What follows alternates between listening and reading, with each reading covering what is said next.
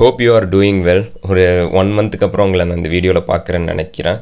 எனக்கு வந்து என்ன ரீசன்னு தெரியல. லைக் இந்த developed countries like Canada, UK, யூஎஸ்லாம் அவங்களோட இமிக்ரெண்ட்ஸோட ரேட்டை கம்மி பண்ணுறதுக்கு அவங்களோட காஸ்ட் ஆஃப் லிவிங்கை இன்க்ரீஸ் பண்ணுறாங்க, அப்ளிகேஷன் ரேட்டை இன்க்ரீஸ் பண்ணுறாங்க. இதோட எக்ஸாக்ட் இன்டீரியர் பாலிட்டிக்ஸ் என்னங்கிறதுக்குள்ளார நம்ம இப்போ போக வேணான்னு நினைக்கிறேன்.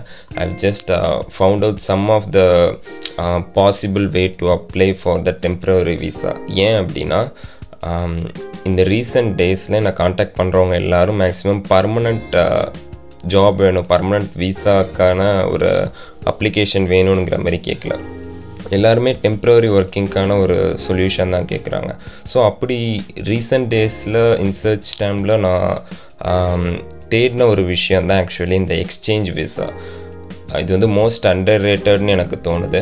Government authorised temporary exchange visa இது வந்து யூகேயில் மெயினாக 1 to 2 years வரைக்கும் ஒர்க் பண்ணக்கூடிய அப்ளிகன்ஸ்க்காக கொண்டு வரக்கூடிய இந்த விசா வந்து T5 விசா, இதே கேட்டகரியில் இதுக்கு முன்னாடி இருந்த விசா வந்து ரீப்ளேஸ் பண்ணுது.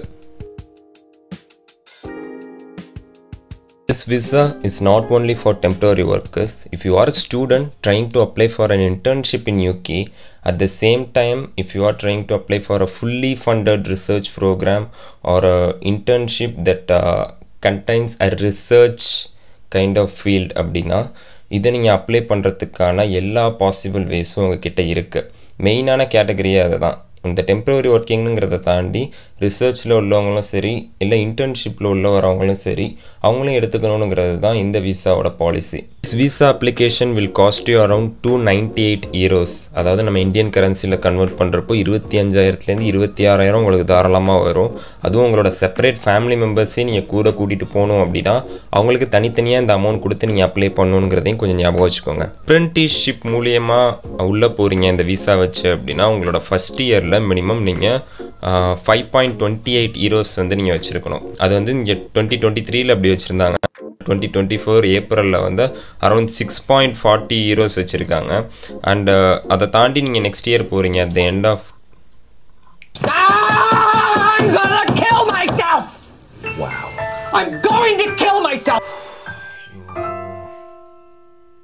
இந்த விசா எண்டப் ஆகிற அந்த இயரில் எப்படி சேஞ்ச் ஆகும் அப்படின்னா உங்களோட ஏஜ் பொறுத்து வந்து இந்த மினிமம் வேஜ் சேஞ்ச் ஆகும். அதாவது 23 or above இருக்கீங்க அப்படின்னா 11.44 euros, அண்ட் 18 to 20 இருக்கீங்க அப்படின்னா 8.60 euros, அண்ட் அண்டர் 18 இருக்கீங்க அப்படின்னா 6.40 euros வந்து நீங்கள் மினிமம் வேஜாக வச்சுருக்கணும் இந்த அப்ளிகேஷனுக்கு. இந்த விசாவை நீங்கள் யூகே வரத்துக்கு 3 மாதத்துக்கு முன்னாடி வரைக்கும் நீங்கள் தாராளமாக அப்ளை பண்ணலாம். இது மட்டும் இல்லாமல் உங்களுக்கு இப்போ நீங்கள் யூகே போனதுக்கப்புறம் நீங்கள் ஒர்க் பண்ணக்கூடிய சேலரி உங்களுக்கு போதுமானதாக இல்லை அப்படின்னா இந்த விசாவை வச்சே கூட நீங்கள் 20 hours per வீக்குள்ளே இன்னொரு நல்ல ஜாப் கூட இந்த விசாவை வச்சு நீங்கள் வாங்கலாம். இது மட்டும் இல்லாமல் இந்த விசாவை நீங்கள் அப்ளை பண்ணுறதுக்கு ரிசர்ச் ரிலேட்டடாக போகிறீங்க அப்படின்னா ATAS சர்டிஃபிகேஷன் அப்படின்னு ஒரு சர்டிஃபிகேஷன் நீங்கள் எந்த இன்ஸ்டியூஷனில் உங்களை எடுத்திருக்காங்களோ அந்த இன்ஸ்டியூஷனில் நீங்கள் வாங்கி சப்மிட் பண்ணணும் அப்ளிகேஷனுக்கு. அப்புறம் முக்கியமாக ஒரு விஷயம், நீங்கள் அப்ளை பண்ணுறப்போ உங்களுக்கு ஆப்பர்ச்சுனிட்டியே இல்லை, எந்த ஆஃபர் லெட்டரும் உங்களுக்கு இல்லை, ப்ளஸ் ஸ்பான்சர்ஷிப் இல்லை அப்படின்னா இந்த விசாவை உங்களால் அப்ளை பண்ண முடியாது. அதையும் கொஞ்சம் ஞாபகம் வச்சுக்கோங்க. இந்த விசாவோட எலிஜிபிலிட்டி க்ரைட்டீரியாஸ் என்னென்ன அப்படின்னு சொல்லிட்டு பார்த்துடலாம். ஃபஸ்ட்டு வந்து உங்களுக்கு ஒரு டெம்ப்ரவரி ஒர்க் ஆர் மினிமம் ஃபண்டிங்கோட உங்களுக்கு அட்லீஸ்ட் ஒரு internships or research or temporary work offer லெட்டரோட சேர்ந்த ஒரு சர்டிஃபிகேஷன் யார் உங்களை ஸ்பான்சர்ஷிப் பண்ணுறாங்களோ அந்த ஆர்கனைசேஷனோ இல்லை இன்ஸ்டிடியூஷனோ வந்து உங்களுக்கு கொடுக்கணும் வித் ரெஃபரன்ஸ் நம்பரோட. அந்த ரெஃபரன்ஸ் நம்பர்னால் என்ன அப்படின்னா அந்த ரெஃபரன்ஸ் நம்பரில் தான் உங்களோட பர்சனல் இன்ஃபர்மேஷன்லேருந்து உங்களோட அந்த ஜாப் டிஸ்கிரிப்ஷன்லேருந்து ஆரம்பித்து உங்களோட மினிமம் வேஜ் எவ்வளோ, உங்கள் ஹவர்லி சேல்ரி எவ்வளோலேருந்து உங்களோட வீக்லி ஹவர் லிமிட் எவ்வளோ அது வரைக்கும் அந்த ரெஃபரன்ஸ் நம்பர்லேயே வந்து இருக்கும். ஸோ அதோடு நீங்கள் அந்த சர்டிஃபிகேஷன் கொடுக்குறீங்க அப்படின்னா அது இன்னும் பெட்டர்னே நான் சொல்லுவேன். இது மட்டும் இல்லாமல் உங்களோட அந்த வேலிடிட்டி, அந்த ஸ்பான்சர்ஷிப் லெட்டரோட வேலிடிட்டி வந்து அட்லீஸ்ட் 3 months ஆச்சும் வந்து வேலிடிட்டி இருக்கணும் இந்த டியூரிங் த அப்ளிகேஷன் பீரியட்குள்ளார. இது மட்டும் இல்லாமல் உங்களோட பேங்க் ஸ்டேட்மெண்ட், இந்த பேங்க் ஸ்டேட்மெண்ட்டுக்கு வந்து உங்கள்கிட்ட எத்தனை ஈரோஸ் இருக்கணும் அப்படின்னா 1270 ஈரோஸ். அதாவது நம்ம இந்தியன் கரன்சியில் கன்வெர்ட் பண்ணால் மேபி 1,15,000 அரௌண்ட் வரும்னு நான் நினைக்கிறேன். அதாவது அந்த அமௌண்ட் உங்கள் பேங்க் அக்கௌண்ட்டில் இருக்கிறதுக்கான ப்ரூஃபை நீங்கள் சப்மிட் பண்ணுற மாதிரி இருக்கும் டியூரிங் த அப்ளிகேஷன் ப்ராசஸில். இந்த பேங்க் ஸ்டேட்மெண்ட்டோட ரேட்டாக இருந்தாலும் சரி, அப்ளிகேஷன் காஸ்ட்டாக இருந்தாலும் சரி, இந்த மினிமம் வேஜாக இருந்தாலும் சரி, எல்லாமே கம்பேர்ட் வித் அதர் ஒர்க்கிங் விசாவை நீங்கள் ஜஸ்ட்டு பார்க்குறப்போ இது உங்களுக்கு கண்டிப்பாக பெட்டராக தான் தெரியும் அண்ட் சீப். அதனால தான் இது மோஸ்ட் அண்டர் ரேட்டட்னு நான் சொல்கிறேன்.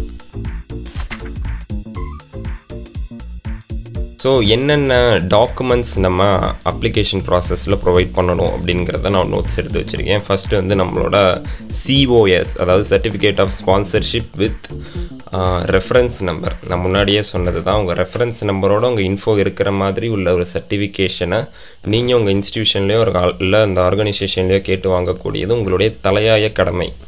ஓகேவா? நெக்ஸ்ட் வந்து வேலிட் பாஸ்போர்ட். உங்கள் பாஸ்போர்ட் இருக்கிறது கண்டிப்பாக மேண்டேட்ரி தான். அது மட்டும் இல்லாமல் அதில் எந்த விதமான பிளாக் மார்க்கும் இல்லாமல் பார்த்துக்கோங்க. Apart from the black mark உங்ககிட்ட அப்ராட் போகிறதுக்கான பிளாக்கேஜோ அப்படி இல்லைனா கேஸோ வந்து உங்களுக்கு இருக்கக்கூடாது. அண்ட் போலீஸ் கிளியரன்ஸும் பண்ணி வச்சுக்கிறது ரொம்ப நல்லது. ப்ளஸ் உங்களோட personal savings up to 1270 Eros. நான் முன்னாடியே சொன்னது தான். அது வந்து உங்களோட பேங்க் ஸ்டேட்மெண்ட்டில் இருக்கிற மாதிரி நீங்கள் பார்த்துக்கோங்க. நெக்ஸ்ட் வந்து if you have a partner or child அப்படின்னா அவங்க இருக்கிறதுக்கான அந்த ப்ரூஃபும் வந்து நீங்கள் கண்டிப்பாக ப்ரொவைட் பண்ணியே தீரணும். நெக்ஸ்ட்டு உங்களோட டியூபர்குலோசிஸ் டெஸ்ட் ரிசல்ட்ஸ். இந்த டியூபர்குலோசிஸ்க்கு வந்து யூரோப்பியன் கண்ட்ரீஸோட டைப்பில் இருக்கிற கண்ட்ரீஸ்னால் ப்ராப்ளம் இல்லை. லைக் US, கனடா அந்த மாதிரி கண்ட்ரீஸில் இதெல்லாம் இருக்காங்கன்னா உங்களுக்கு வந்து டியூபர்குலோசிஸ் டெஸ்ட் ரிசல்ட்ஸ் தேவையில்லை. ஆனால் அது இல்லாமல் சில கண்ட்ரீஸ் இருக்குது, அந்த லிஸ்ட்டில் இந்தியாவும் இருக்குது. So you have to submit it tuberculosis test results ஞாபகம் வச்சுக்கோங்க. நெக்ஸ்ட் வந்து உங்களோட ATAS சர்டிஃபிகேட். அந்த ATAS சர்டிஃபிகேட் வந்து ப்ரொஃபஷ்னலாக உள்ளே போகிறவங்களுக்கு தேவையில்லை. பட் ரிசர்ச் ரிலேட்டடாக போகிறீங்க அப்படின்னா உங்களோட இன்ஸ்டியூஷனில் இந்த ATAS சர்டிஃபிகேட்டுக்கான ப்ரூஃபை வந்து நீங்கள் கேட்டு வாங்கணும். முக்கியமாக உங்களோட அந்த அப்ளிகேஷன் ப்ராசஸ்க்கான காஸ்ட் இருக்குது பார்த்தீங்களா, அது வந்து உங்களுக்கு 298 ஆகுது அப்படின்னா அலாங் வித் யுவர் சைல்டு, உங்களோட சில்ட்ரனோட நீங்கள் அப்ளை பண்ணுறீங்க அப்படின்னா 315 ஈரோஸ். அது மட்டும் இல்லாமல் உங்களோட பார்ட்னரோட அப்ளை பண்ணுறீங்கன்னா எக்ஸ்ட்ராவாக 285 ஈரோஸ் வந்து வரும். இன்னொரு சைல்டையும் நீங்கள் சேர்த்துக்கிட்டீங்க அப்படின்னா எக்ஸ்ட்ராவாக இன்னும் 200 ஈரோஸ் வந்து போகிறதுக்கான எல்லா சான்ஸுமே இருக்குது. இதெல்லாம் தான் documents during your application process. இதுதான் இந்த விசாக்கான ப்ராசஸ் இப்போ நான் உங்களுக்கு சொல்லக்கூடியது. ஸோ இப்போலாம் எனக்கு தெரிஞ்சு டெவலப்டு கண்ட்ரிஸ் எல்லாமே ஸ்கில்டு இமிக்ரெண்ட்ஸை தான் வர வைக்கிறதுக்கு ரொம்ப விரும்புகிறாங்க. இப்போ நீங்கள் சீசனல் ஒர்க் விசாவில் போகிறீங்க, ஏதாச்சும் கார்டனிங் மாதிரி ஒர்க் போகிறீங்கன்னா ப்ராப்ளம் கிடையாது. நீங்கள் கிராஜுவேட்டை உங்களுக்கு ரெகக்னைசபிள் ஒர்க் யூரோப்பில் வேணும், அதை தாண்டி அது உங்களுக்கு ப்ரொஃபஷ்னல் எக்ஸ்பீரியன்ஸே இல்லாமல் கிடைக்கும் அப்படின்னா சான்ஸ் இல்லை.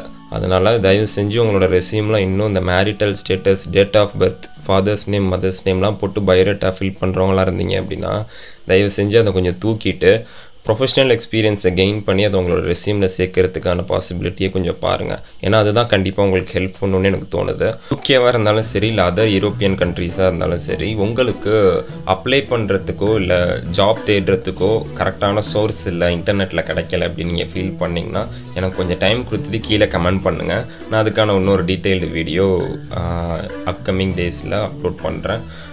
அது உங்களுக்கு ஹெல்ப்ஃபுல்லாக இருக்கும்னு நான் நினைக்கிறேன். அதை தாண்டி நீங்கள் எனக்கு ஏதாச்சும் ஒரு ஹெல்ப் பண்ணணும் அப்படின்னு நினச்சிங்கன்னா எனக்கு கொடுக்குற கிரெடிட்டாக கீழே உள்ள சப்ஸ்கிரைப் பட்டனை கிளிக் பண்ணிட்டு மேலே உள்ள லைக்கை கிளிக் பண்ணிக்கோங்க.